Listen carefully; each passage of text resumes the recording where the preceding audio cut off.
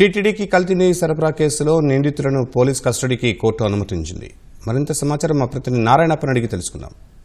నారాయణప్ప, నిందితులను ఎన్ని రోజుల కస్టడీకి కోర్టు అనుమతించింది?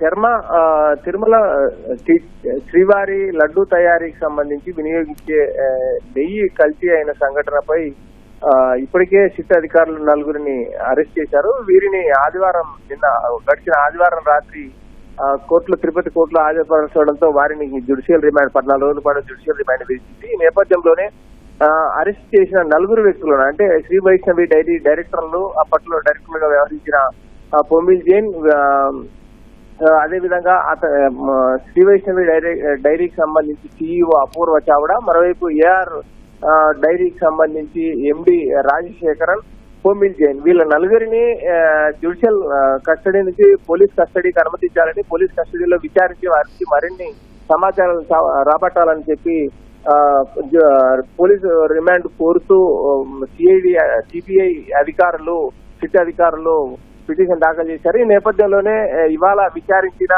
తిరుపతి 2వ అదనపు మెజిస్ట్రేట్ కోర్టులో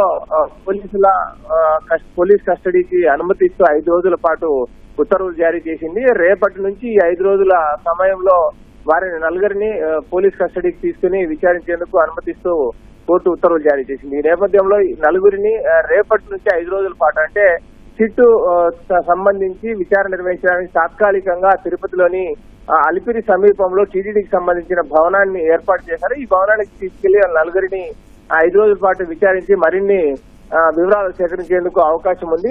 ఉదయం 9 గంటల నుంచి సాయంత్రం 5 గంటల వరకు పోలీస్ కస్టడీలో విచారించాల్సి ఉంటుంది. ఆ తర్వాత తిరిగి వారిని తిరుపతి సబ్ జైలులో హాజరుపరచాల్సి ఉంటుంది. శర్మ, ధన్యవాదాలు నారాయణప్ప.